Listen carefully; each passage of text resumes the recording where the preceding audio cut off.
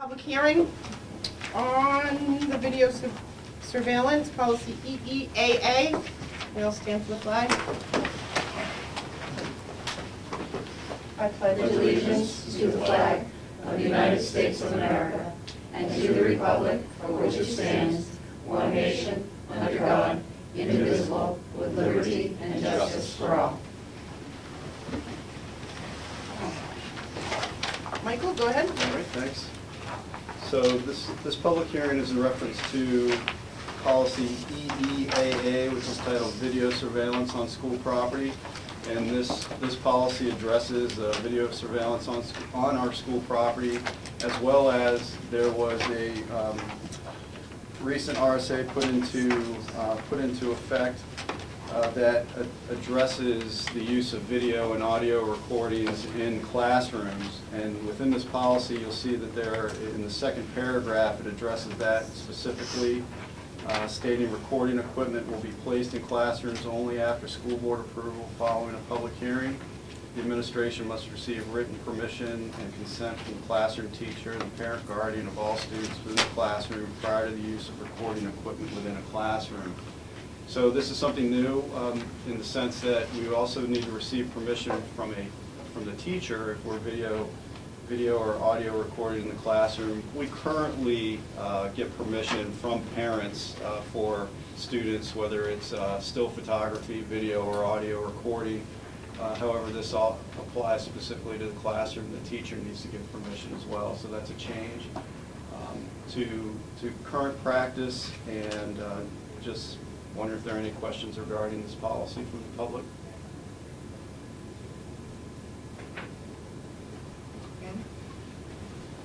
For the record, Ed Comeau, Wakefield. Just want to recap this. So there's two different sections here. There's the policy for surveillance video, like what's here, which is non-audio. And then there's a separate policy for every time there's a video and audio tape being done in a classroom. That'll be done by a public hearing each and every time?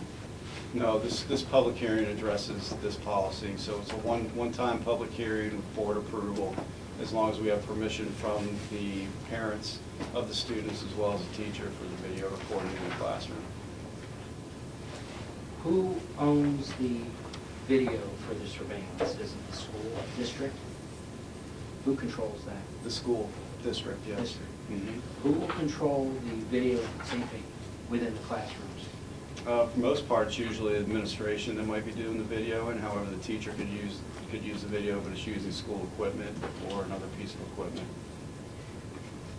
Will any of the videotaping in classrooms, not the surveillance, for security, be used to certify or judge teachers' performances? That's a good question, which seems to be what the grit of the change was all about in the first place. My understanding is that this was brought forward specifically to address concerns for teacher evaluations. And my understanding is that there's still some talk about that potentially amending this law in the sense that to address specifically teacher evaluations, where right now it's sort of a broad, large net that's been cast around video. If a video is to be used for teacher evaluation, again, it's consent from the teacher in order to utilize that. So there'd be a conversation between the administrator and the teacher. If the teacher requested a video, which they often do, and an administrator can review that with them during the evaluation, it's mutual consent. But bottom line, the teacher has to give permission for that to happen.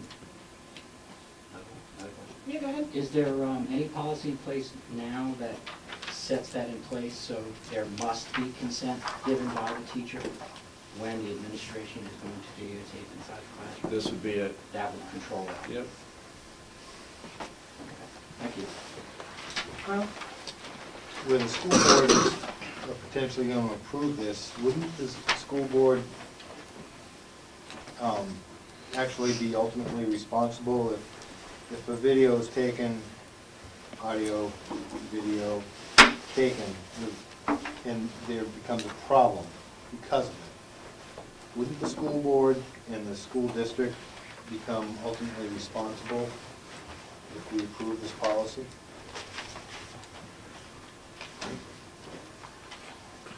Well, the school board is responsible for the development and the approval of the policy. The superintendent's responsible, as well as administration, for following through the administrative aspects of the policy. We should adopt this policy as violated. It's the Wakefield School District, subject to lawsuit. Potentially, yes.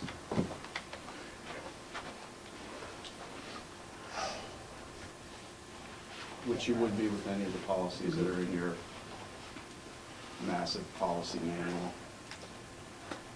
But why is the DOE pushing this? This isn't being pushed by the DOE, it's a law, so we're required to Well, abide no, by. they're pushing it through, across the strait, through all school districts. Because I've talked to a number of people, and they're trying to push this, ram this down the throats of every school district in the state, the DOE. Every school district across the state is required to have a policy that addresses this new law. So it's not being pushed by the DOE, it's a local policy that has to address a new law. So This- once a new law comes out, the local boards are responsible to develop policies around that law. There is no new law that is forcing to have videos anywhere in any school. Show me the law where it's forces school districts to have video cameras in any school. Can you show me the law? No, I can't. Because there is no law. However, that's not what we're addressing this evening. This evening is if we have videos on school property or in a classroom, we have to have a policy that supports that, as well as a policy that states that teachers and parents of students need to give permission for that to happen. And that's the new law. And that's what this policy addresses. Show me the law, where it says that. RSA 189, Yeah, I looked at that. It doesn't say anything that you have to do this. So, I don't know what law you're talking about, but there's no new law that's forcing this issue. There isn't. Well, It mentions policy JRA, and also down lower, it's talking about JICC-R, WEA-R. Does anybody have copies of those policies with them, to see how they might cover this, cover the problem? There is nothing in, JRA you mean? The J. JRA. I hope I didn't say JRA. Well, maybe but there is nothing in JRA that has anything to do with video. Nothing whatsoever.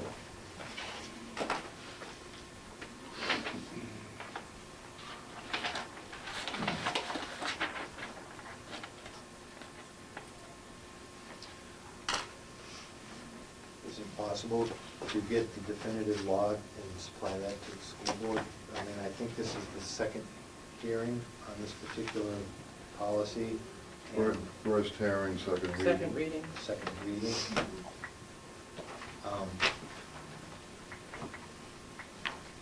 it possible to ask the superintendent the actual law, place it in our hands so we can examine that?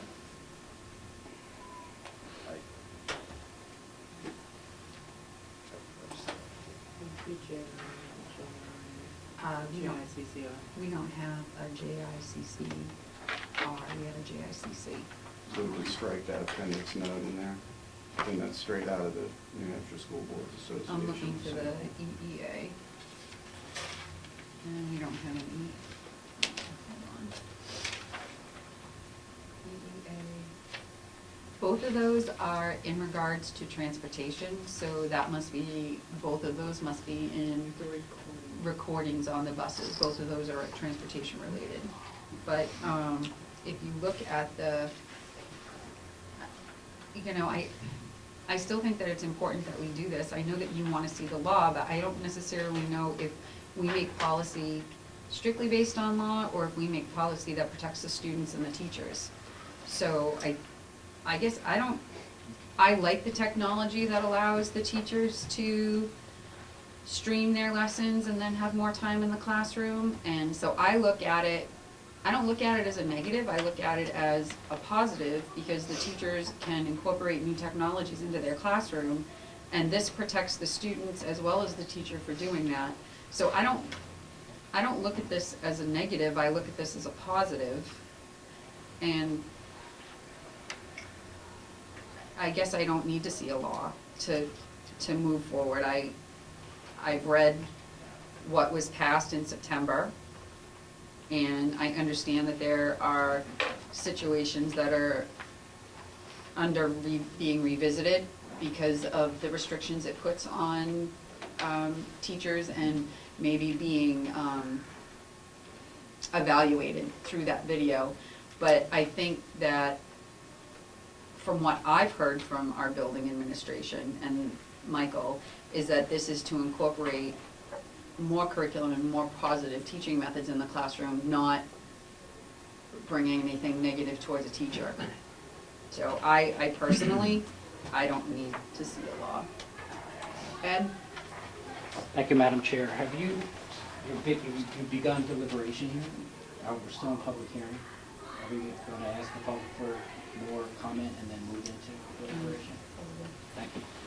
Priscilla? Gee, that was going to be my suggestion too. It is a public hearing, so you really should hear the public. And I think, you've known for 2 weeks this was going to be a public hearing. The board had ample opportunity to look at the laws, bring anything forward that they wanted to discuss with the board. It's not time to have the superintendent go looking for policies and laws. They could have done it themselves. Thank you, Priscilla. Anyone else?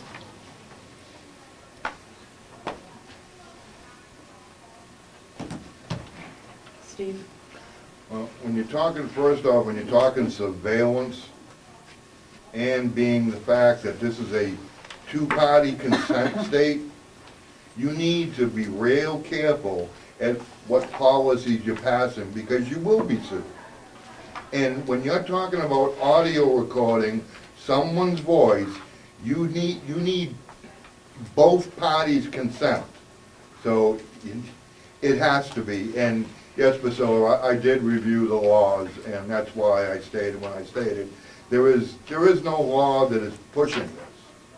There is no law. There's nothing in policy JRA that even discusses video recordings.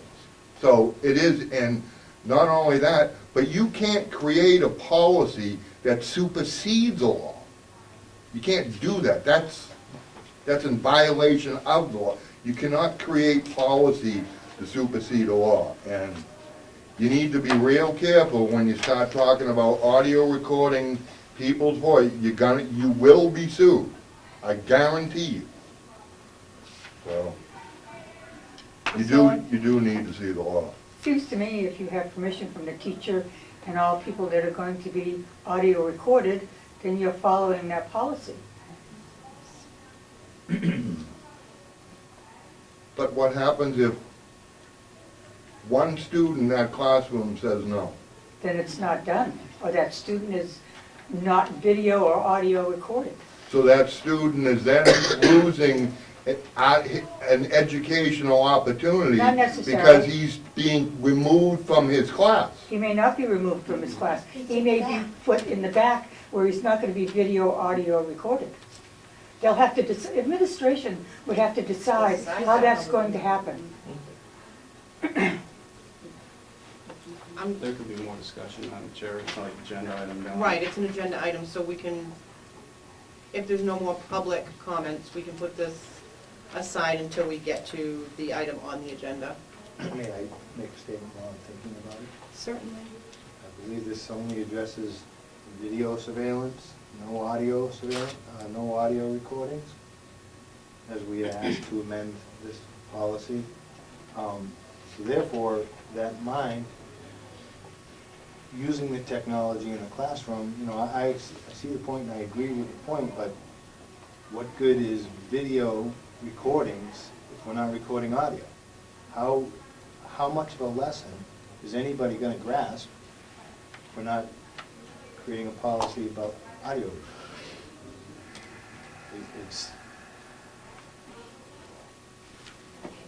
That's my thought. Okay, thank you. So you're saying this doesn't contain audio, it's only video? If you read the policy, I don't see the word audio anywhere. Doesn't recording, Hold on. you know, I'll wait until. Thank you. So no more comments from the public? Sandy? I've read this, I've listened to comments on several meetings from the board. As long as we have the written permission from the parents, from the faculty, I see no reason not to approve this. Thank you. Okay. We're gonna move on to the manifest review and approval. Sure, Steve. Yes, you.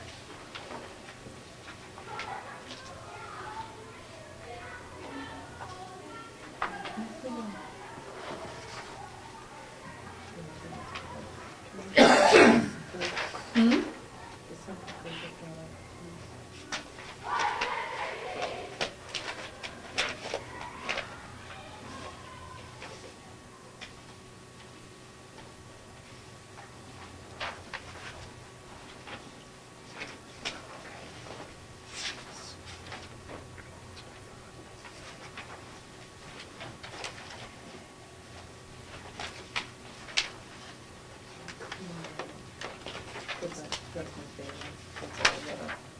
Green foam soap and ice melter and stuff. And there's a bunch of credits on it too. Yeah. Vacuum bags. Yeah. Nate, we have a bunch of credits for the Cleanorama. The acid bowls. Did we order some wrong stuff that we sent back, or Who's the company? Cleanorama? Llama. Yeah, check into it. Yeah, can you? I mean, credits are good, but I was just a little confused when we got a bunch of them. Yeah.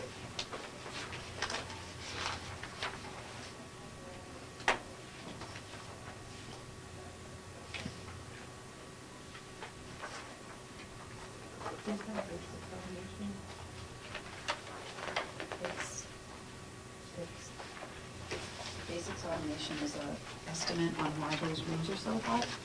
And what it is his clarification that there needed Johnson valves, that there was no control for the heating coils that are in the ducts, and that's why those rooms are so hot. But it doesn't say that they were installed. So that's why I wrote it down, because I Okay. want to confirm that they're going to be installed.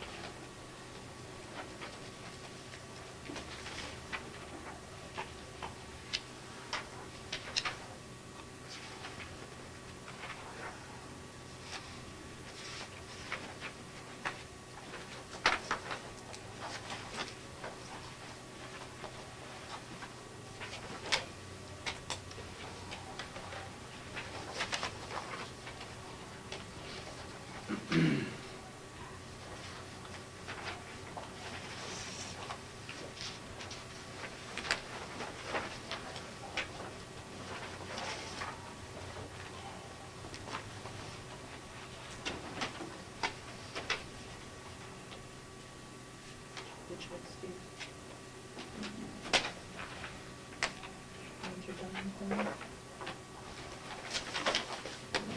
you. Whoops.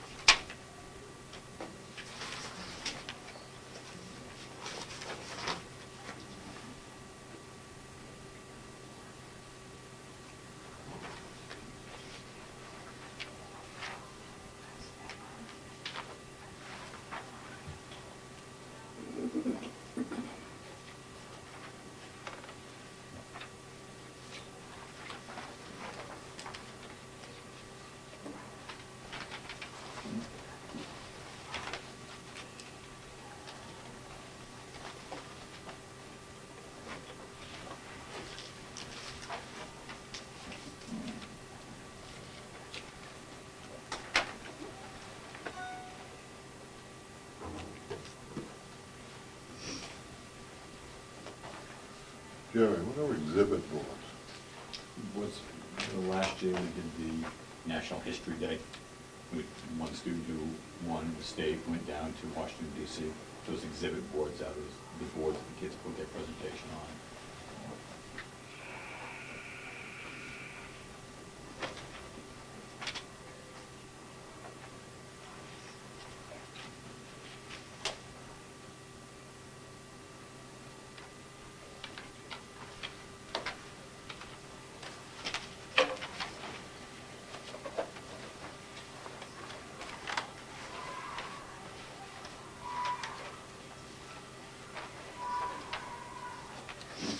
Finding out which bus this was. So it's not the same bus that means the same thing in back in September.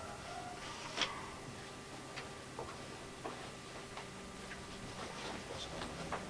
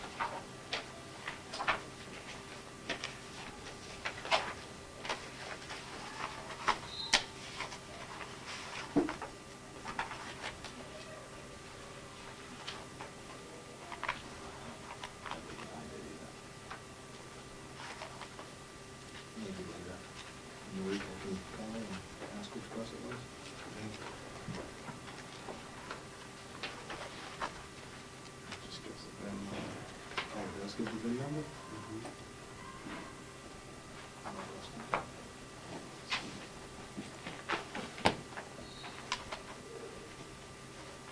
So make sure it's not a recurring problem in the same class.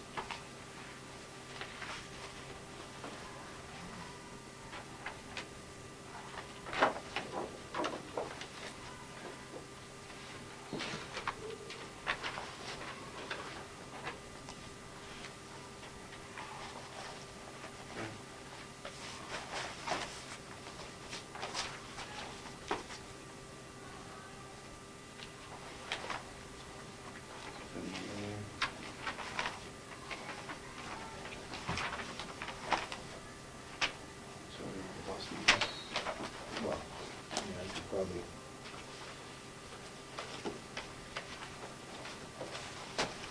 Maybe the first four, small bus. Tell that just is which one.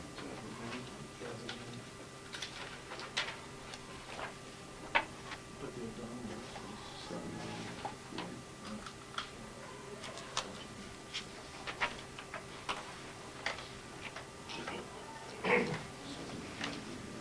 It's not the same bus, but I couldn't tell you which bus it is. So the bus one before was 16. This was 16, yeah. Full mileage at 71,000, it's Yeah. probably, it's not, no, it's bus 21.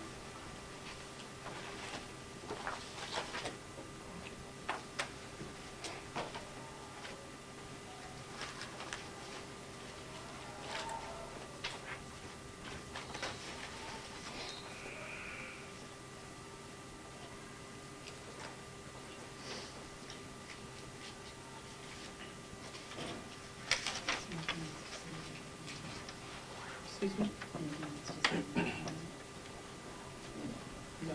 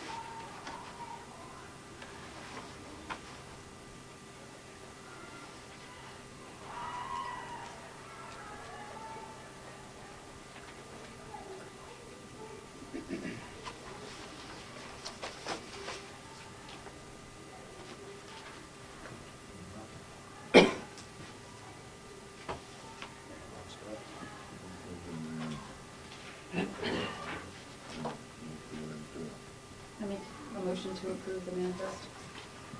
I'll second it. All in favor? Aye. Aye. Aye. Opposed? Aye. Opposed?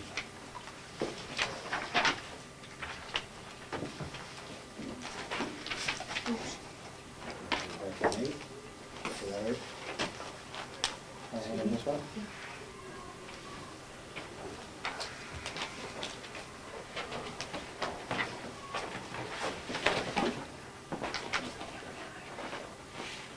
Minutes of the last meeting, public and non-public. For Wednesday, December 2nd. Page 2. down near the bottom under, paragraph under me, the second to last line, which begins, they would, after would, learn far more and.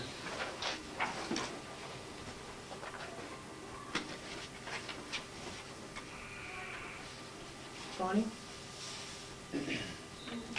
Steve, where are you again? Page 2, Yeah. third paragraph from the bottom, which begins with Okay. Steve Brown. Mm-hmm. The second line from the bottom of that paragraph where it said they would, and after would, learn far more and.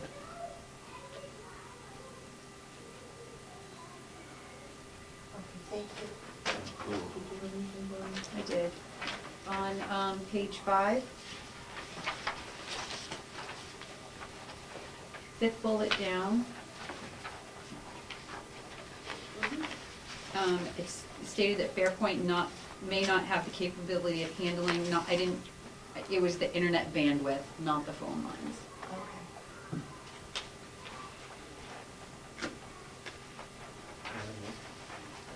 Bob? Yep, page 2. 8 bullets down, very well stated that it did vary from time to time, not school to school. Correct?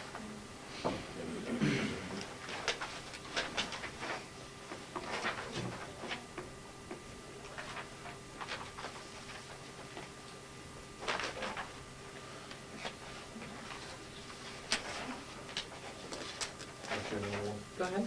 And on the first page, on the visitor, is Ralph should be in the visitor part of that? I think I signed the,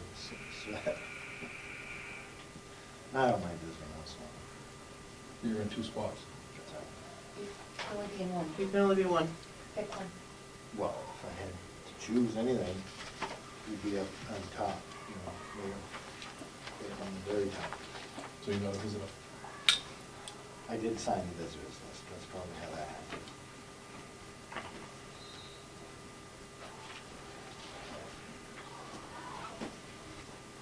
Anything else? Well, We don't inject the motion on the amended parts of this. I looked at the, I requested amendment for the meeting prior to that, and it's not the amendment that we had made. It kind of reflects something totally different, but these minutes, particular minutes here, obviously I made the motion to accept the minutes as amended. What are the amendments? Should it be on this record? Should it be part of this record? No. When I do the minutes, okay, I don't put what's being amended. I just put down exactly what Mary put down, because accepted as amended. Yeah. And then I go back, when I go home, I amend the prior minutes, or correct them, or whatever needs to be done. Mhm. So, the way the prior minutes read, it looks like at that particular meeting, I had asked to inject some information. When in fact, I just wanted to comment the statement made, reflected in the minutes. It was not my quote. And those minutes state, Relf Fogg wished to have the following quote of his inserted into these minutes. That didn't happen at that meeting. It happened at this meeting. So I don't think it's an accurate reflection, either one of them, of what actually happened. And they have to reflect what happened at that particular meeting. Have they been posted to the website yet? No, we don't post them until they're approved. No, the meeting that he's asking for the amendments on, have those been posted yet? Right? The prior meeting hasn't been posted. November 4th is the last one, so there's 2 meetings that need to be posted. They may have already been posted. I don't see them on the SAU website, They're not on the SAU website. so I would say, Ralph, I understand, but usually anything that's amended, once they go on the website, they're fixed to what you'd like to have them amended to. I just want them to accurately reflect the comment made at that particular meeting. I didn't try to inject anything like this would suggest at that particular meeting. So, and if you are making an amendment, the amendment should be accurately reflected to what the majority voted on. If the amendment failed, or anything like that, then it's not reflected. But if you vote to approve minutes with the amendments should be accurate.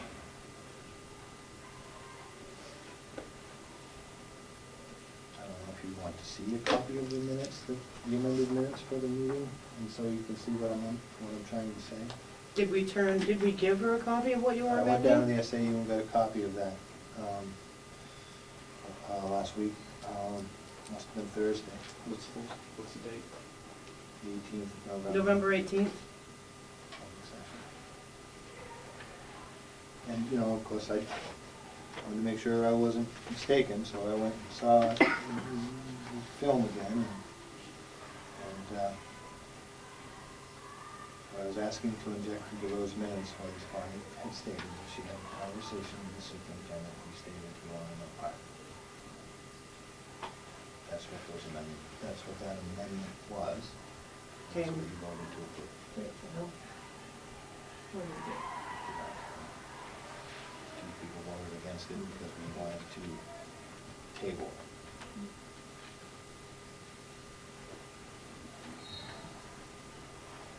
it. Okay, so, What's his problem? I don't know. So is that what you want amended? Because if that's what you want, and it was approved as amended, then we should have them update the record.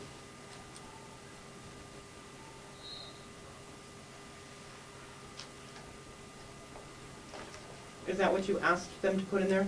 No. Because, first of all, this meeting would suggest, these minutes would suggest at that meeting, I wish to have the following quote inserted into the minutes. Quote of mine, that's inaccurate. This is what I think they should read. And I didn't say policy, I said issue. Fine. I made sure of that particular. Once again, Mr. Fogg, minutes don't have to be verbatim, and if every one of us went back and watched ourselves over and over to get quotes to put in, we would have very long meetings discussing the minutes. That's why they are based on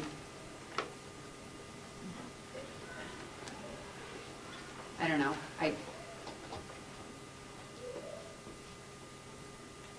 I had no problem with you saying that I had that conversation. I can ask my superintendent for a policy whenever I want, so I don't have a problem with it being in there. But if you asked for it, then it's your words being inserted, not mine. Because that's your interpretation of the video. I don't know, I just think that you're being So, crazy again. But I think he's saying it's actually happened at the following meeting. Didn't happen at this particular meeting, and the amendment doesn't reflect what I asked for. okay, It was so, your statement, Bonnie, and what I feel, the way I feel, is your statement, nobody pried that out of you, but it was a particular statement that reflects the behavior. And I think that's a very pertinent part of the conversation. I have no problem with you documenting my behavior, Mr. Fogg. Thank you. so make the amendments, hand it over to what it's supposed to be, make the amendments that you feel are necessary in where they're supposed to be. We'll hand them over and we'll get them updated. Because apparently there was a glitch in our system, and we will rectify that this evening. I make a motion to approve the public and non-public minutes of December 2nd. As amended, As I amended. have another amendment for this particular meeting's Go ahead. minutes. For the date of 9. What page is it? 8 of 9. 8 of 9. The bullet, Mr. Goodwire stated he received the paperwork. Norma did offer to cover the custodial fees, and that's, I thought that was generous, and I thought it should be part of the minutes. I don't really think it's necessary to be part of the minutes. We didn't vote on it, we didn't make a motion, let's move on. All in favor? Oh, yeah, that's it. No, we don't have a second. I'll second. All in favor? As Aye. amended. As amended. All in favor? I, Aye. All opposed? Aye.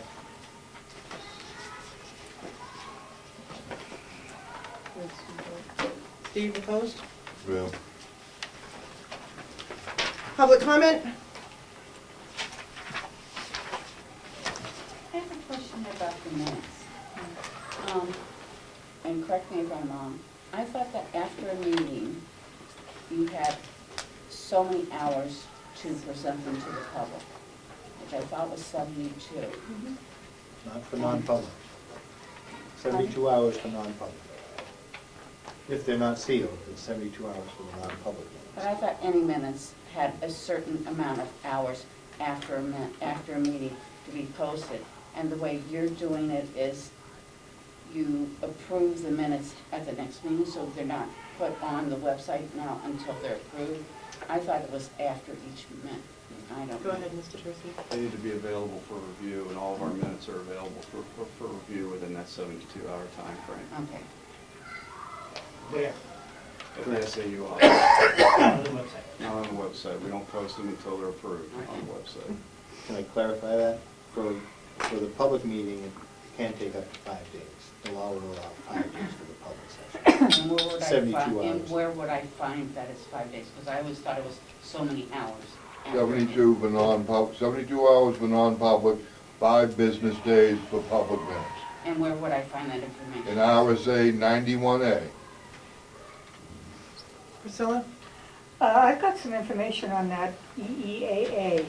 Do you want me to tell you now, or do you want to wait till you discuss that? Can we wait till we bring it up on the Sure, agenda? absolutely. Will you remember? I'll remember. Thank you. Thank you. Anybody else?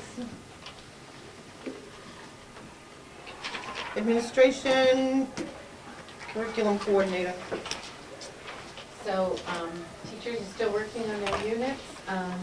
We will be bringing to the board in January the year at a glances that the teachers have completed for ELA, as well as the middle school content area year at a glance.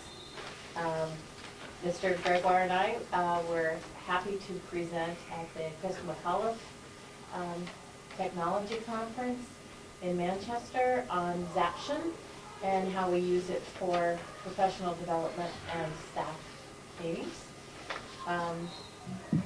We are using, I am curating videos of actual instructional practices in the classroom and putting it into in the Google Drive for teachers to access so that they can actually see what good instructional practices look like using kids and real kids and how it would affect their teaching practices.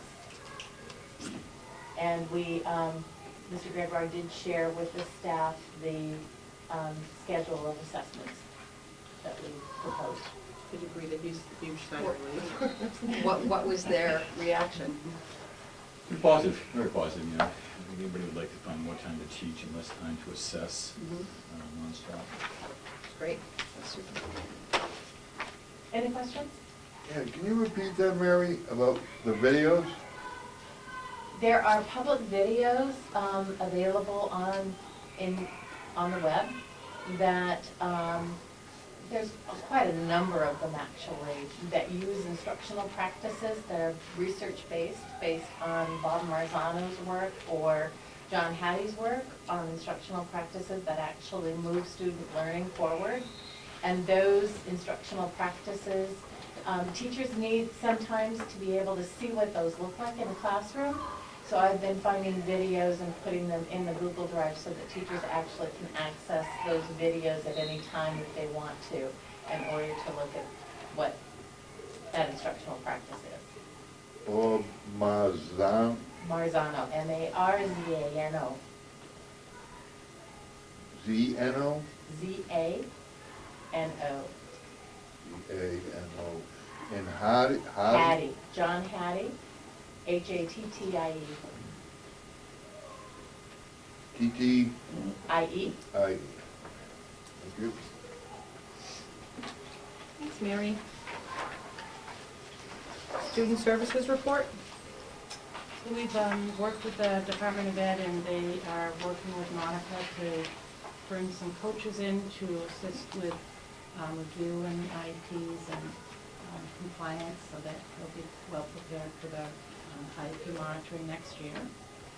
And we have had our one non-identified student in the morning program request to drop out, I guess, if you want to call for no better choice of words. So our morning program is strictly a special ed preschool program right now with no non-identified students. And our afternoon program is, we have 10 identified students and 1 non-identified student, and we cap at 12. So we are pretty much a special ed preschool program right now. So we'll be working with the DOE on how, strategies on how to work with that and try to fix that issue. Questions? Steve? Yeah, I'm requesting all the information that the DOE is bringing in here on the subject. Okay. Thank you. Bonnie, could you? No, Steve, thanks. I do have a question. Go ahead. Or a comment.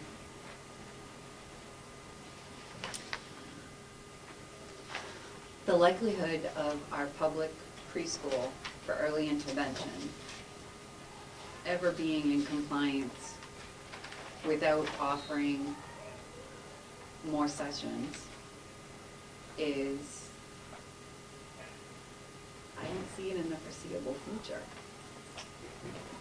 So at that point, do we have to look at it as a board and say, and I don't want the teachers to, I don't want the staff to jump, or this is just a question. At some point, do we say that the program can't be successful at being half and half? Because our tuition rate for our teachers is, or the tuition rate for our students is too high, and we have other preschools in town that the children could go to. At what point does the board and the administration have to look at it and say, we're gonna be better off doing something different, we need to make different arrangements? In the fall, when they do the IEP monitoring, they will come back to us with an action plan, or ask us to develop an action plan, help us with the development of the action plan.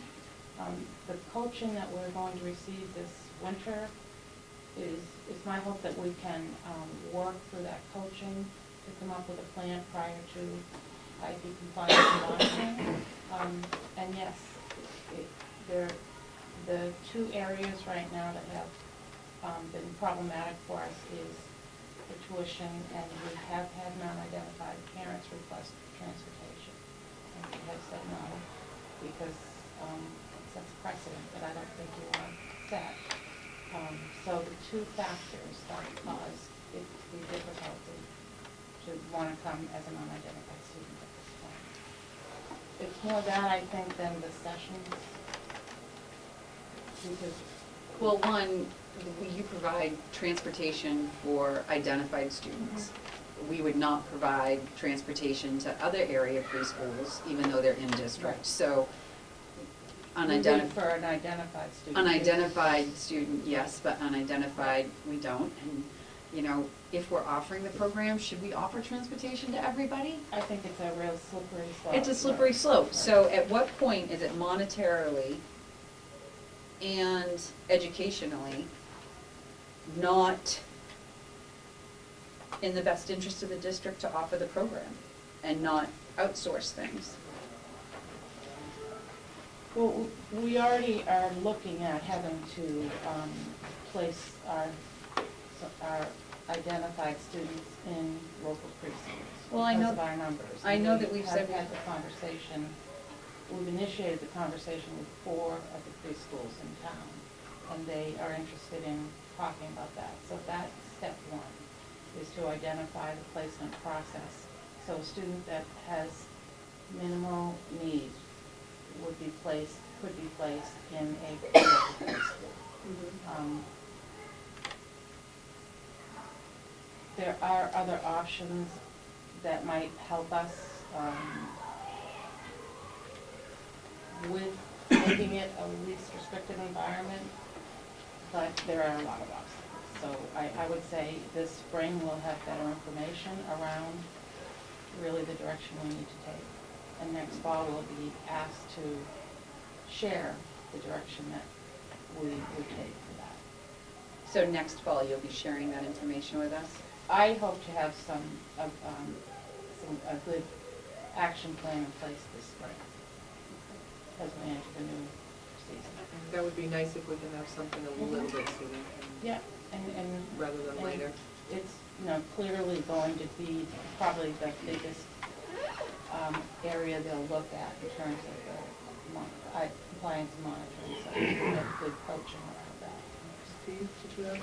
Yeah, we should probably just get rid of the program, because you're never gonna meet the 50-50. I think it's a total waste of time trying to compare the two subgroups, number 1. It's designed to fail, number 2. And number 3, it's discriminatory to state that you're gonna transport Johnny, but you're not gonna transport Susie. I don't know how anybody, but there again, the deal, the whole program is designed to fail, and that's the problem.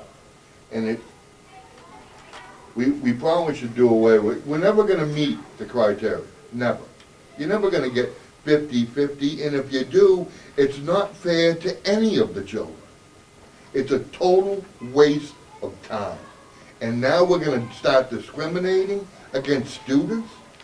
That's not good either, because that'll get you sued also. Bonnie? I have another question in regards to the pairs in the building.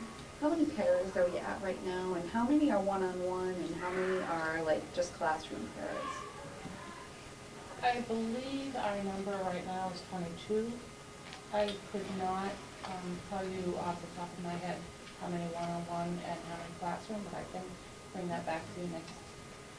Could you, because that seems like, in doing some research, when I saw this, it seems like the pair, a few years ago, we did our best to kind of get rid of like the one pair in every classroom. And it seems like those numbers are coming back up again, and they're almost beyond what they were before. So I guess I'm just curious to know, is it that we have more identified students, or is it that I just kind of want to be able to weigh that out in my own mind again, because I see that the influx is just, yeah. And we have just, we have a coordinator, Milton, shared with me recently a process that they used in her former school district on identifying the need, preparing need for a student. And we'll be starting to use that as we have IEP meetings to make sure that we're really clear on how we assign pairs to students. I will bring that information back to you, and I'll bring that process back if you'd like to look at it. Yeah, I would love to look at that, just so I can kind of have it Yep. in my mind. Yep. That would be wonderful, thank you. Great, thank you. Steve? How are we coming up with the breakdown for the students to try to get to 50-50? Do parents of the non-identified students have any choice or input or anything to say about where their student, where their child goes? We don't recruit non-identified students. They request to be in the program. So if they don't request, So it's why we only have one non-identified student this year, because we didn't have any requests for non-identified, and I'm sure that's probably because of the tuition piece. But it's strictly a process where the parent requests for their child to be in the program. so you're not picking out, saying, okay, you five are in this class. No. It was a lottery last year.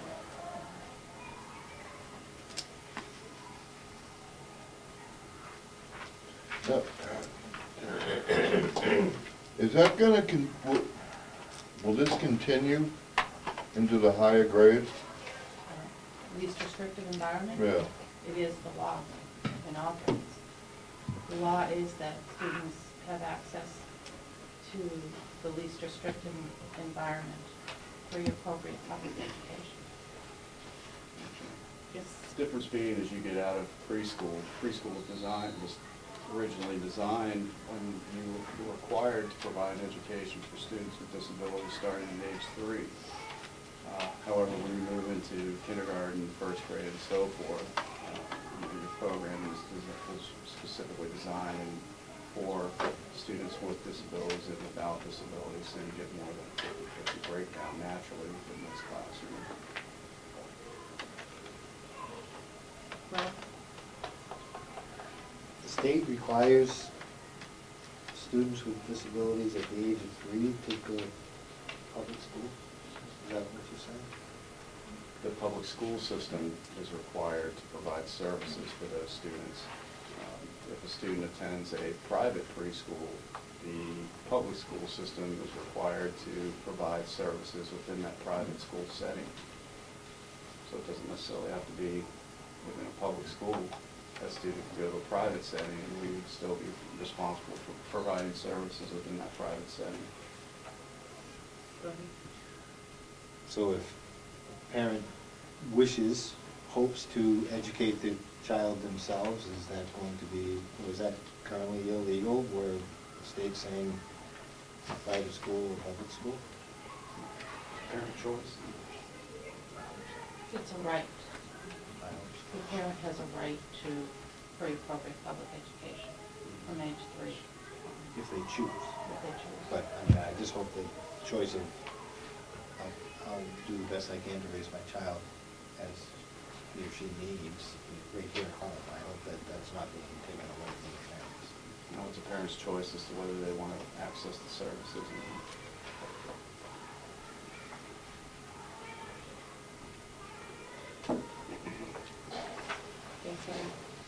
Thank you.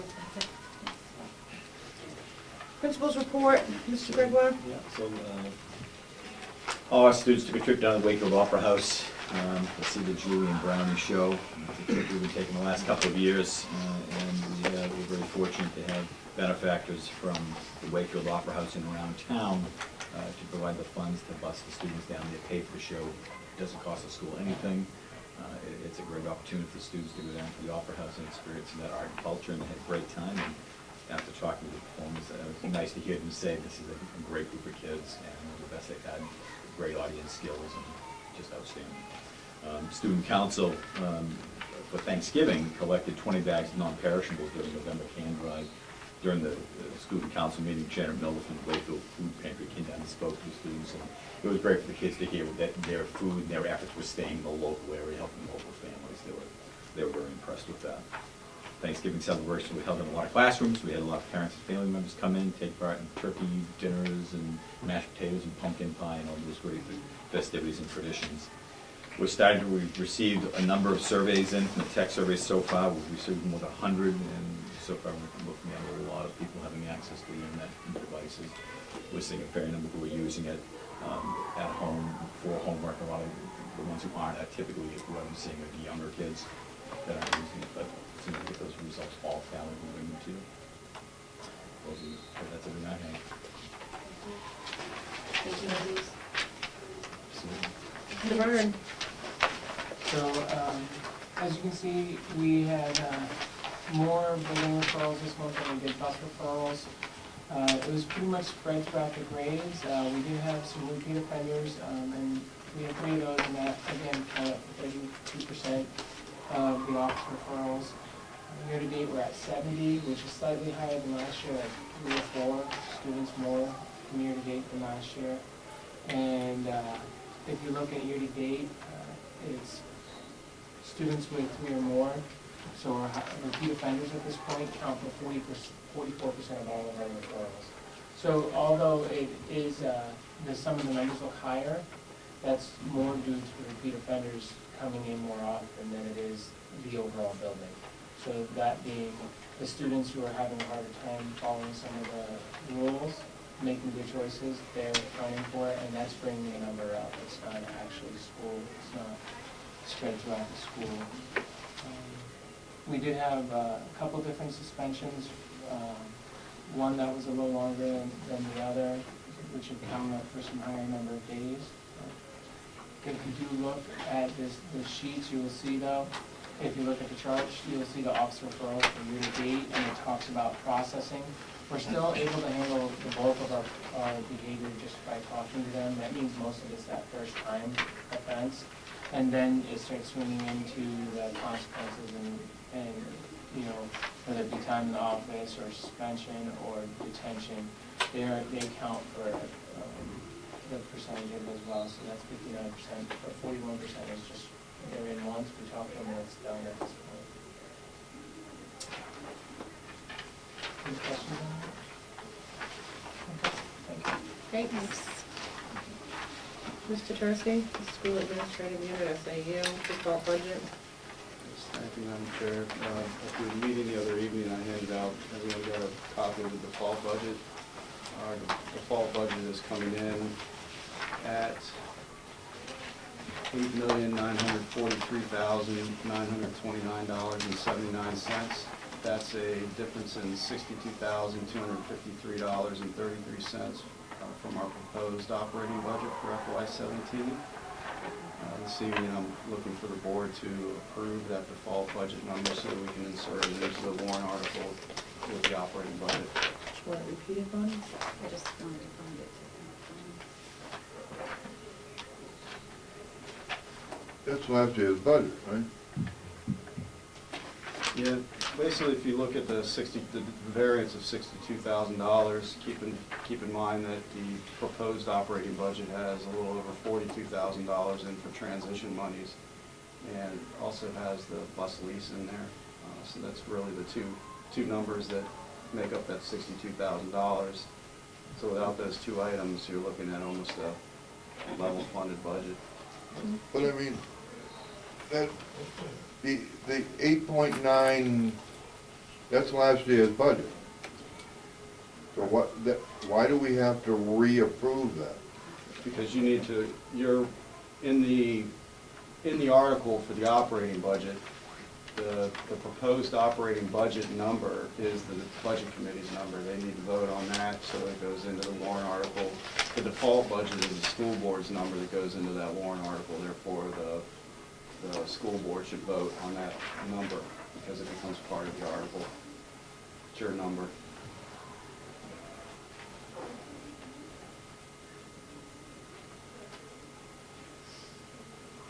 Ralph, your question? Just curious, if that number represents just the raised and appropriated operating budget, or does it include any numbers for separate warrant articles? Does not include any numbers for separate warrant articles. Can you just repeat that number one time for me? $8,943,929.79.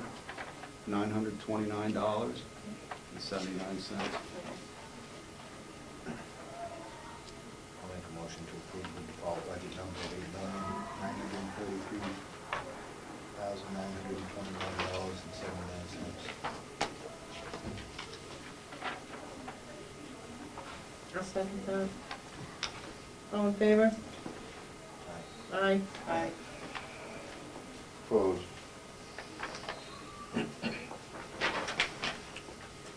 Nothing under new business.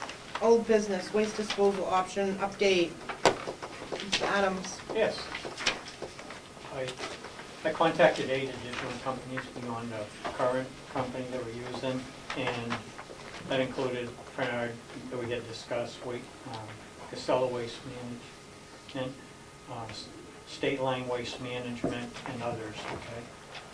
What I found is that only Waste Management in Casella service our area, and Casella only offers trash removal, not trash and recycle.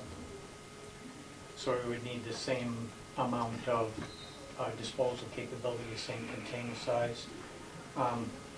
One of the other companies that I talked with in the area was an association in RRA, and they confirmed that there isn't anyone else that would be able to pick up trash. I also contacted the town administrator in Wakefield too, and they had a similar situation to when they had done the research.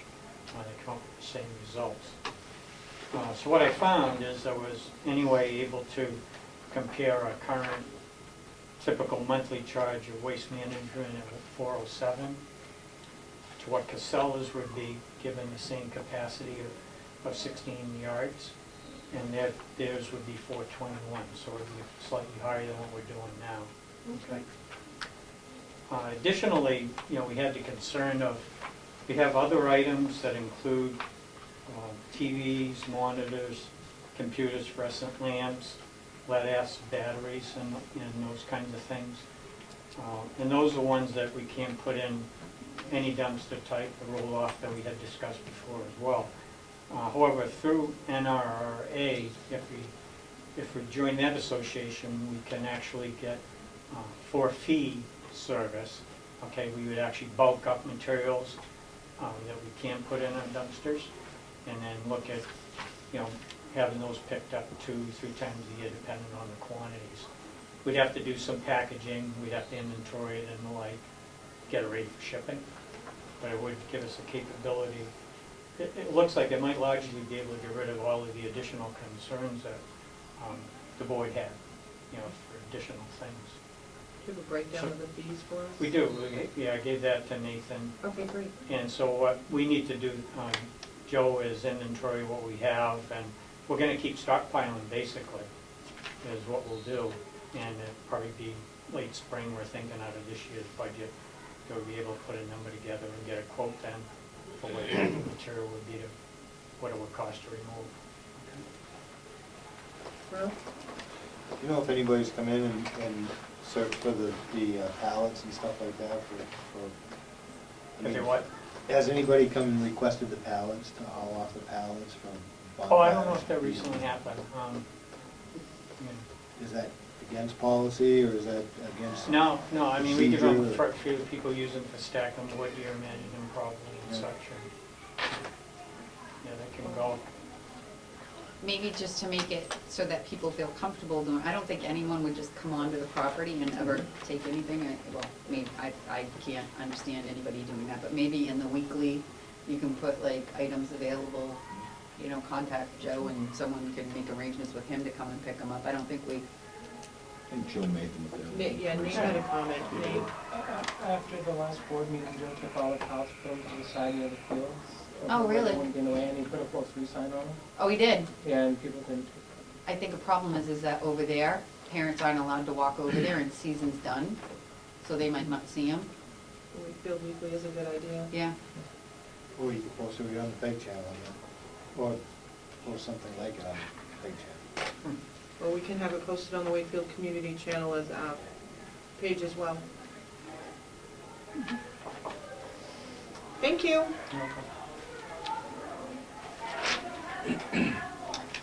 Nate, you have any update on the checking account interests and fees and all that good stuff? Yes, they managed to reschedule or reclassify all the fees. Okay. So the interest will cover all our fees. It was a question of regrouping average balances. Okay, so how much are we paying in fees? None. I know. How We're much still interest does paying. it collect? We're Is it still paying interest? because it's using our interest to pay the fees, so we're paying fees. If you've got $2 million sitting in your account, that's a heck of a lot of fees. Balancing the two schools and the SAO will be able to eliminate all fees. So we're gonna see the interest. Yes, We're not, it's not gonna eat our interest. correct. Okay. That's what And I'm I'll trying- keep an eye on it. Please, It's because I starting don't. this month, it's starting, so Okay, I'll keep an eye on it. thank you. Can you bring it to us at the next business meeting, just so that we have, like, because December statements will be in by then? So can you just let us December know? be in? If it's available, I will, but Yeah. remember, it's Keep it- only, yeah, keep it's an every eye on that. quarter it's done. Oh, So okay. it might not be until January. But I'll keep you updated. Thank you. Okay, video surveillance on school property, second reading.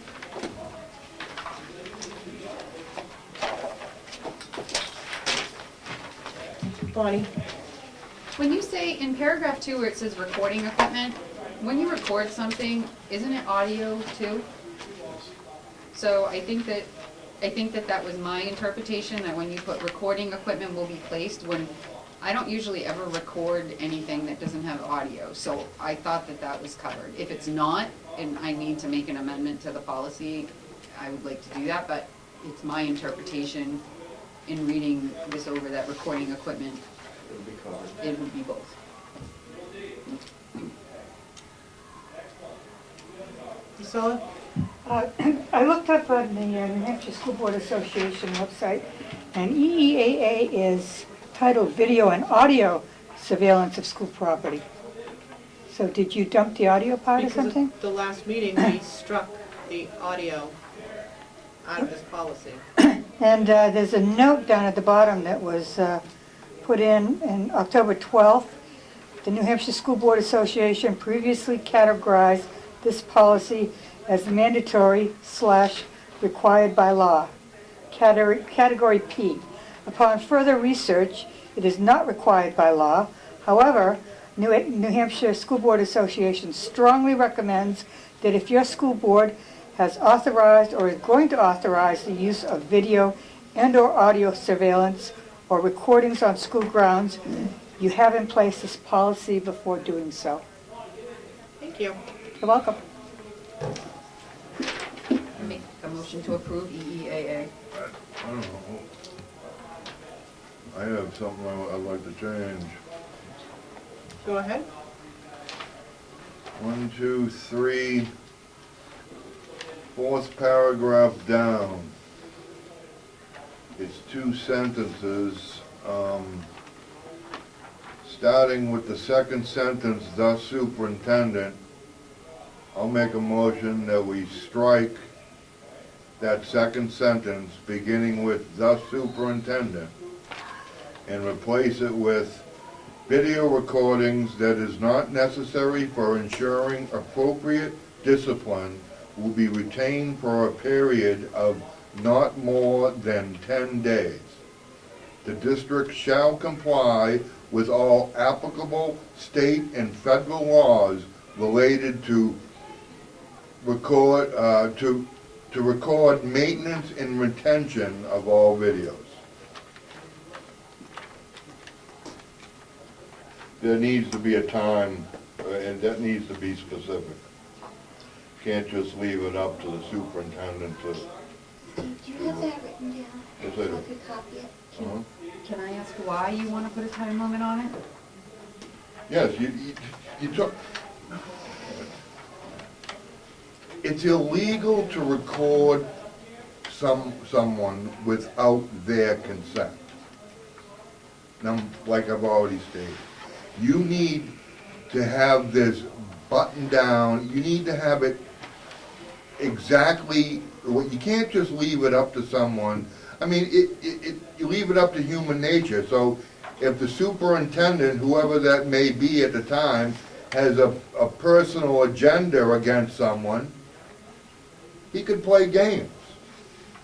You need to have it specifically how long, just like it is in our bus policy, that after a certain number of days, those videos are destroyed, period. Unless they're disciplinary and get put into a file? Right. Where did you gather that information from? Research? I'm just Did you have that at the last meeting, or did you do it this one? I've done more research since. I'm asking, did you pull it from another policy that we can look at so we can all see it? Because do you have that typed up for all of us to see? I took most of it, of policy ECAF.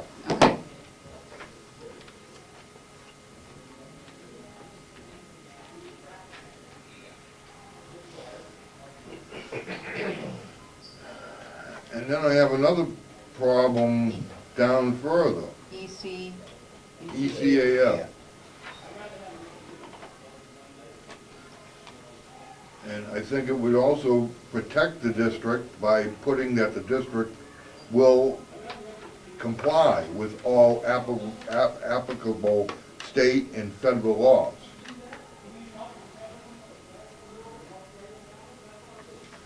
To cover the school district. I have no idea. It's EAF. We don't have an ECAF. No, we do. It's not online. No. It's in my policy book. Plus surveillance. But No, but if we're trying to go, it's so difficult that if we're trying to go technology savvy, if the policies aren't in here when we go to look them up, it deletes the purpose defeats the purpose. Can you just read that again for me, Steve, so that I can kind of write it down, because I need to hear it again? video recordings that is not necessary for ensuring appropriate discipline will be retained for a period of not more than 10 days.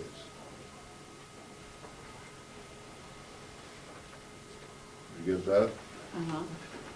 And then the district shall comply with all applicable state and federal laws related to record maintenance and retention of all videos.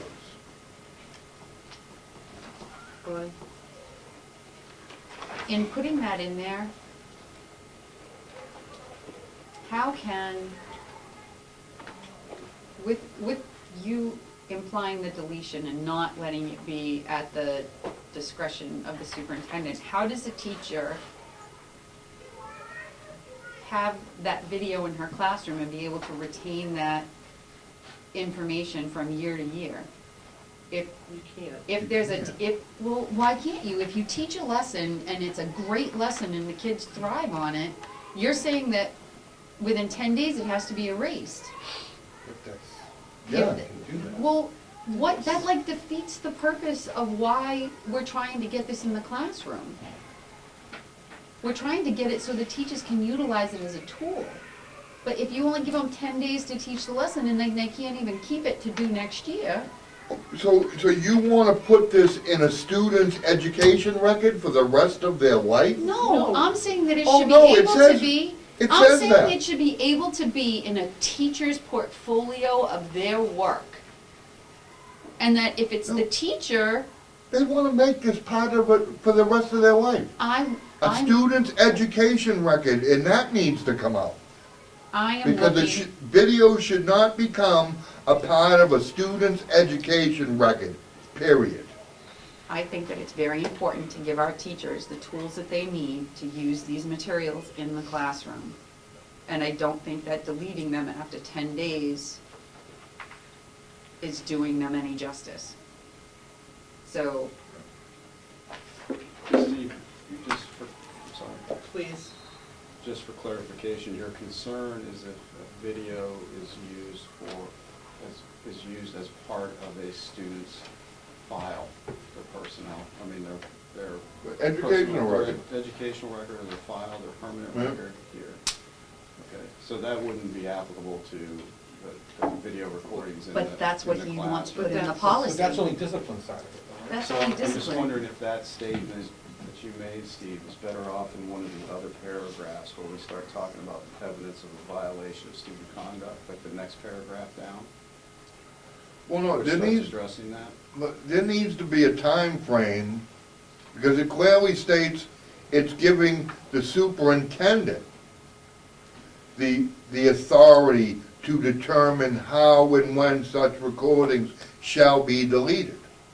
And I'm saying it should not, it should be part of the policy as to how these recordings shall be deleted.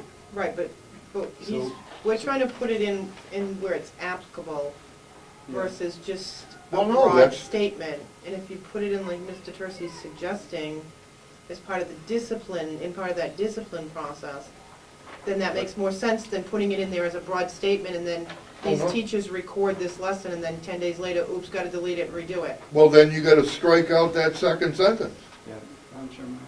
Go ahead. So, a balance between the two. You could strike that second sentence. Your statement, Steve, that you're suggesting should go into The following paragraph. well, not necessarily the following, it's actually 2 paragraphs from that, with the one that starts, in the event video recording is used as part of the student discipline proceeding, such video may become part of the student's education record. Because what you're doing is, your concern is that if a video that becomes part of the student's education record, the only way that would happen is if it was for a discipline reason. If it's not being used for the discipline process, then that statement would be applicable, meaning that you would get rid of it after 10 days. Well, no, because in that paragraph, my next motion was going to be, such video shall not become a part of a student's education record. No, you shouldn't be putting videos of students in their permanent student education record for the rest of their life. No. Bonnie? I think that children should be held accountable for their actions just like adults, and if there is something that's severe enough that needs to be put into this child's disciplinary report, that's exactly where it should be. Because you're gonna go back, and what happens if something happens again, and you've destroyed the evidence? You have to, it's, in today's society, you know how, in today's society, we not only have to have our ducks in a row for paper trail, but you also have to make them responsible for all of their actions. And in today's video savvy, technology savvy environment, you have to be willing. You're gonna get sued. You say that every meeting? Oh, no, I'm gonna tell you, if I'm recorded, I will sue. Okay. And Okay? I'll tell you that much right now. you probably know where I'm going. We do for students with significant disabilities, the alternative assessment for them is video. So that is. It's a permanent record. It's part of their permanent record. And Mr. Tercey, go ahead. So may I make a suggestion here, in that striking that second sentence, however, it looks like, Steve, we could insert your comment there, specifically to that following paragraph after the first sentence. Because it states specifically, if the issue of the misconduct is no longer subject to review or appeal as determined by the board policy or applicable law. So it says it will be retained until the issue is no longer. Then your statement come in and say it needs to be eliminated within 10 days. Right? See where that would fit in right there? Well, so that protects discipline, but it also allows the teachers to keep their lesson plans Correct, that so they've it's a done. balance. It's a balance. That's what I would like. I think we also need to put in the district part piece too, that shall comply with all applicable state and federal laws related to record maintenance and retention of all videos to cover the school district. Because if someone doesn't follow the law, then the school district can be sued. So this will inform the administration that they need to make sure that they're following all state and federal laws. Which means that we could strike the last sentence of that paragraph as well, because then we'd be redundant in the statement. Yours is just more specific than this last statement, right? So can we make a motion to approve as amended? Or do you need to rewrite the whole thing, or we need another? Can we have another reading, because I jotted down what he said, but it's okay, I would like to make a motion to have a third reading You want because third of reading? amendments. Or a second reading to what was amended, I don't know what you're This gonna is a call second it. reading. I understand that, but it would be a second reading for, I don't know. You just table it to the next. Table. You Okay. give us a If you fresh, wanna- clean copy? For your second reading, yeah. Okay. Do we need a And we're motion on that? taking out the second sentence of the fourth paragraph? Well, I think it's, I guess, he has all of that, but I guess my question is, can you guys, are you guys okay? I know you guys are trying to get this taken care of so we can do what we need to do within the school, the faculty. I can respond to that. Please. I mean, I'd hate to delay this because we've put all hold on the use of technology in the classroom when it comes to video. And we have the teacher that utilized flipped classroom teaching instruction And I hate to hold quite you a guys bit. up for And that. so now we're going another 2 weeks out But you need without to, the policy. But I Can you- think with just the reading in general, if we could get the board to move on it this evening. Teachers holding off on doing stuff for Christmas thing. I said, wait until Wednesday, I'm hoping this will pass on Wednesday. Thursday morning, my expectation, you guys can make this happen. So you have it all jotted down, Well, I was gonna use Beth's notes to. and can we do a, He's gonna give it to me. okay, so can we do a reading tonight of this policy is what I'm asking? Legally, if you make a change to the policy, the wording of the policy needs to go where you make the change, and No. understand what the change is. why can't you, Tell me all about it. you can vote to approve it as As amended. amended. We can vote to approve as When you're gonna amended. give the public another opportunity to have their discussion on the amended part of the policy.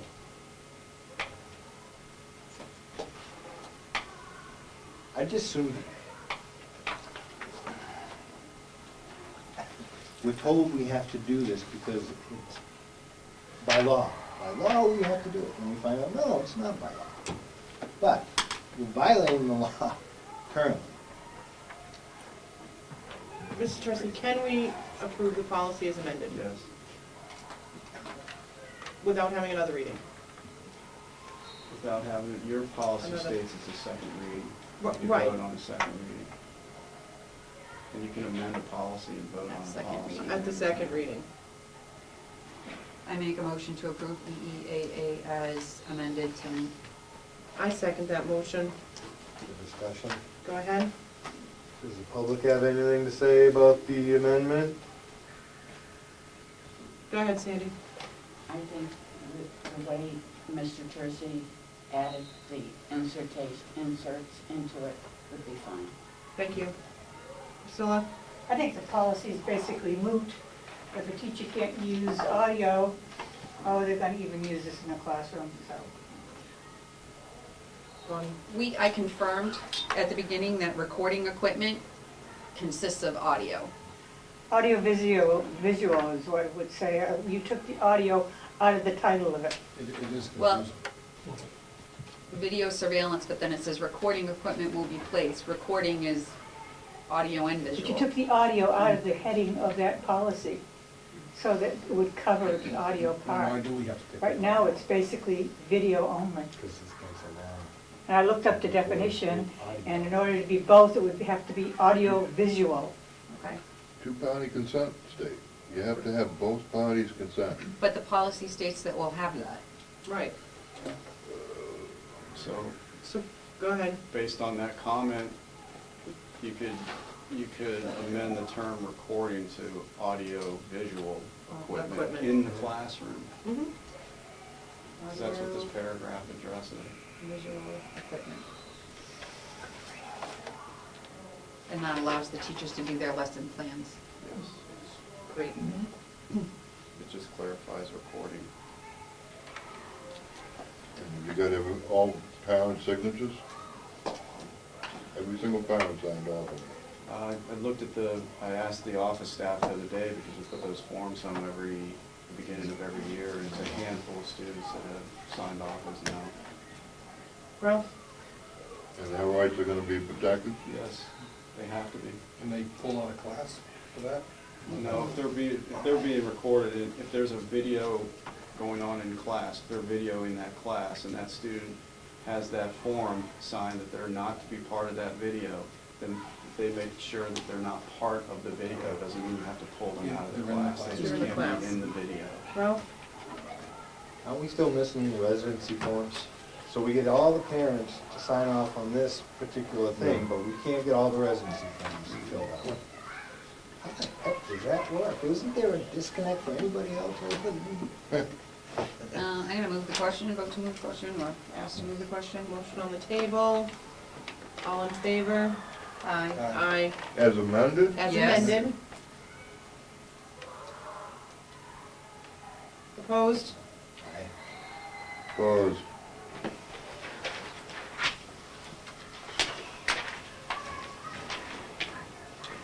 Correspondence? Under correspondence this evening, we received 3 bids for the mechanical service work. And so just under correspondence, the board just needs to open those bids up for us this evening. And then as we always do, we'll bring it back and develop a summary sheet and bring that to you at the next board meeting. Thank you.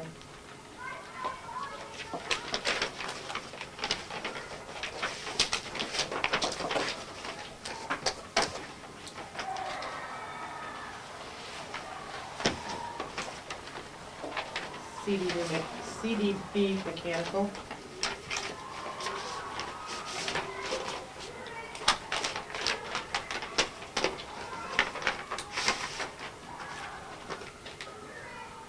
Granite State Plumbing and Heating.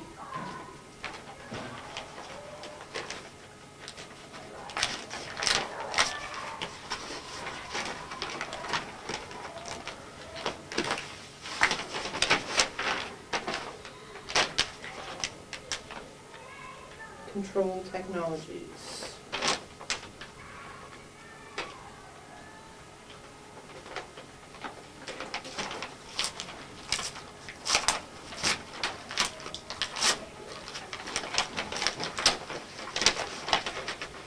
Make sure that's who it is.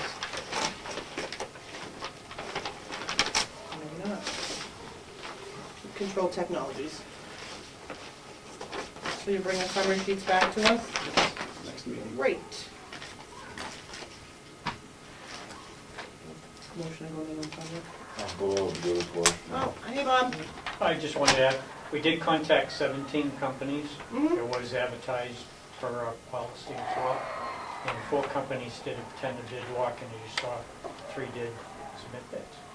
Great, thank you. Okay. Yes. Just under non-public, if you don't mind, I'd like to add C, resignation, please. It's something that happened I know. after the, thank you. Public comments, did I skip you guys? Sorry. I just want to, is it possible to get copies for all the school board members of these particular RFPs, or is that something, you know? I think it's something we can make available for you to review. That's fine with me. Thank you. Okay. Yes, Sandy? Back to the preschool program, I know you talked about this, and I was just thinking, if we place identified students into preschools, who pays for the tuition? We pay for the portion of Okay. the tuition that the IEP. So it's shared between the parents and the... Right, so if the IEP indicates a 2-hour placement for educational needs, we would pay for 2 hours in the tuition. Priscilla? Are you voting on the amended FY17 operating budget tonight? I remember at the budget committee meeting, you hadn't voted on it, so we hadn't, or didn't. So are you going to vote on that tonight? Yes. You could vote on that this evening, I have that number, or you can opt, the budget committee's meeting, I believe it's at 5:30 prior to the public Mhm. hearing. You can meet at 5 to vote on that if you like, if you're not comfortable voting on that number this evening. There hasn't been any changes since our last budget committee meeting Well, to that budget. there has been, because the contracts have been signed by both parties, is that right? This is for the operating Okay. budget. Oh, the it's not for operating budget, okay, sorry. Not for the CBA. Now, the testing, the numbers from the Yep, testing. it's all been taken care of. It's all been taken, and if, I'm in hopes that the number that goes to the public hearing that came out of the last meeting with the budget committee is the final number. Depending on whatever happens with the public hearing, that number might be adjusted, but I'm not anticipating any changes prior to the public hearing based on the 30-minute meeting between the budget committee and the public hearing. Ralph? So the CBA does not affect next year's or the next operating budget that people are gonna be voting on in March? No, it's in as a separate warrant article. It'll be Article 2. I'd like a little bit of time to review it before we... Do we have time to move the warrant articles around? You could, it just might be difficult going into the public hearing because we're going to be able to make those changes to the articles in general. Like the order, the copies the that we would order. have for the public hearing would Right. not be out of order. Right, I think we asked that question last time, Steve, and we agreed to keep them in order. Okay. I don't think we Make a agree. motion to have the school board meet one half hour before the next budget committee meeting to decide the operating budget. Okay. Good? To post it for 5 o'clock. I'll second I've All in also, favor? What'd you say? Aye. Aye. Okay, 5 p.m. 5, yep. On January 5th. Yep. And our meeting is following that. So we'll meet at 5 p.m. and then we'll meet with the budget committee at 5:30 and then the public hearing is at 6 o'clock. Priscilla? So are you saying you can't move the parking lot warrant article up? It's at the bottom, isn't it, or next to the bottom? Yeah. I mean, It's next to I the know bottom. I know there's certain things that have to be in order, but then you put it in priority. Priority. Right. And I just wonder why you can't switch that. Yeah, we never decided that we weren't gonna change it either, Bonnie? because I've been asking. I guess my interpretation from the last budget meeting was that because we don't have an estimated budget on the parking lot, and it failed the last year, or got zeroed out last year, or the minimum was put in last year, that until we had those budgetary estimates, that we were gonna not touch it in hopes that we would have those by the 5th. Oh, I guess I missed that part. Well, we still have time to move around at that meeting, though, right? Yeah, you Yeah, did at so- that meeting, and just so that the board is aware, we're hoping to have some sort of, at least 3 quotes on that plan that the board approved the other evening. We're asking for those to be in by November 4th, so actually, I'm sorry, January I'm saying this, I don't want to go backwards. January 4th. January 4th. Accelerated quick. Yeah, go that far back. So we would actually, if we meet on the 5th for that, at 5 p.m., we would also have a preliminary number that the board could discuss and that, to put in an article that we could bring forward, and then we could move those articles around. Okay. Because it would all be on the ballot. I thought that was, So it's good. It's public. Oh. I got one more question. I just wondered why you're opening RFPs here, sending them back. I mean, you're not doing anything but opening them. You're not even looking at them. Why don't you just have them open at the SAU like they always have been? You can be there. part of our policy. You changed the policy? Yes, we did. It's a waste of time. You wasted 2 I agree. weeks. We agree. It's I agree. crazy. Maybe you could bring back that on your policy committee. Thank you. You're welcome. Anyone else? Mr. Comeau? I know you already voted on it, but I just have a comment and a question. I asked before about where the video is being kept. The surveillance video is where? Here. Sir? John, yes. Where is all the video going to be kept from the classroom videos? Depends on the device that they use, the video. Could be on an iPad, could be on a computer.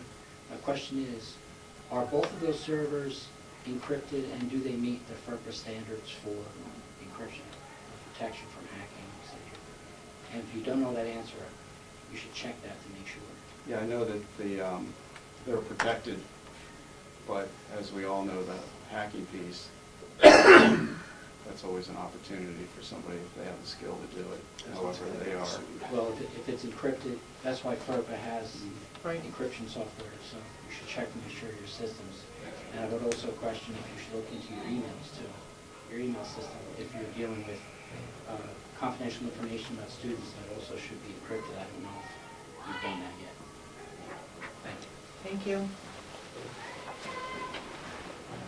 Anyone else? Okay. I just don't know. Ask the question about the trusts. Okay, so at the last budget meeting, we were informed from Mr. Rich that there were 3 donations that were made to the district many, many years ago, and that there were 5 or 6 trust funds that some of them, we haven't been getting the balances on them because I guess we didn't know that they existed or what have you. So I received that email. I don't know if you got it or not, but I did, and I don't know. I've called the trustees. I asked Nate to look. I asked pretty much the district historian, Kathy Bigu, if she could remember anything. I called Connie, well, really, she's been, I hate to say it, but she is. She's the historian. And then I contacted a couple past board members to ask, like, what year, because I can remember who was on the board, but I can't remember what year it was. So I made copies, and I'm hoping that the discussion is that we have 2 or 3, one of them in particular is for a ball field. And there's still money in it. And You need to know what the trust says before you do anything with the money. well, that problem is that to get this to the people, do we want to put forward the effort to have this done by this ballot? Or do we want to wait and have it done for the next ballot? So right now, in a ball field trust is $2,387.98. So if we're putting $10,000, that means that we could drop that by $2,500 if we could use that money. Right, but the problem is, what does that trust say? Well, I have to tell you that it was a warrant article, and the warrant article said, Because you don't want to get in trouble for using money. well, that's why I'm asking all of you, because I don't know what to do, and I'm hoping you guys might have ideas. It says, to see if the Wakefield School District will vote to raise and appropriate the sum of $6,500 for the purpose of upgrading the Paul School ball fields. And then it says specifically, the funds will be used to improve the infield pass paths. So, with that statement at the end, does that mean that we can't use it to upgrade the ball fields? Only that infield. So then, that means that those are monies that can be given back But it's to the noted, town. I'm sorry, Bonnie, but it's noted as a town trust, not a school trust. It's on our school ballot. That wasn't for a trust fund though. That was a special warrant article. That was a one-time use. Doesn't say to go into the trust. It's in a trust. Did you get this list? Read it again, the warrant? Well, you know what, it does say town. Yeah. Okay.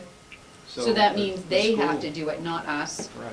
And then another one I had a question on is the school technology fund. There's still $2,400 in there. That warrant article was like 10 years ago for the first initial purchase of computers. Now that that's over and we can't use those monies anymore, those monies should be returned to the taxpayer. Does the warrant speak specifically to the 1-year purchase? We haven't been able to find the warrant. We're digging back. I've been looking through white books all day. I think you probably should wait to do it the next year to make sure that you're doing everything Well, I wanna make By sure that the you way- all have copies of all of this, so that we can maybe make it a joint effort, not individual, and some of you might be like, oh, I totally remember when this was done, where, I don't know if you want copies of that. Is there enough going around? There should be one more.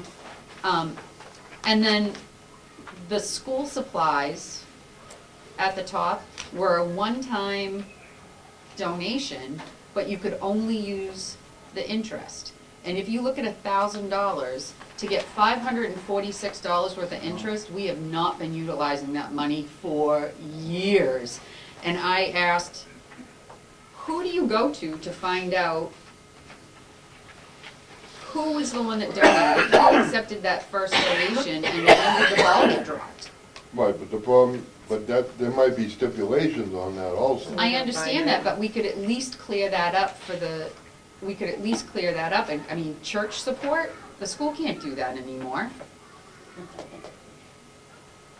So, I mean, we should clear those up, because there's no need for them to be governing the trust. I mean, I can understand if the donations, and you can use the principal, I mean, there's $1,100 there that can be used. Right. Right, but you need to absolutely be aware of, That's why I'm asking Steve, you read all of this stuff just like I do, as does Ralph, Norma, and Bob, and if I give all of this information to all of you, that means that we can work collectively and bring all of everything back together. but like I said, I think we probably should wait till next year. Okay? Because you want to be sure, you want to be absolutely certain, because if you spend money improperly, you're going to get in trouble. I understand that. Yes, That's why I'm ma'am. asking. I can tell you that we are still researching it, and Kathy has gone back to 1989 and still has not found anything. It's funny, because I told her I was not old enough to vote when that was done, and that would have been 1989. So I told her she needed to go back to like 1984 or 85. And she plans on continuing that. And the year that the addition was built, I think is the same year that the ball fields were looked at and approved, I think, in talking to someone. But I know that I wasn't old enough to vote when they were done. So she needs to go back to like 88, 87, Okay, and yeah. thank you. It's a lot of white books to read. Thank you for bringing this forward. Thanks, Bonnie. Any other motion now? I make a motion to go into non-public session pursuant to RSA 91A, 3, 2B, and C. Nominations and resignations. Are you gonna be long? No, sure, okay. Second. All in favor? What I, Cyre, aye. Joy, aye. Brown, yes. Thank you, everybody, for coming. I have to say, Odin and I tried to come in for the pasta thing. Make a second motion to adjourn? Now you can make it. I'll second it. I All in just did the favor? second time. Aye. Aye. Right.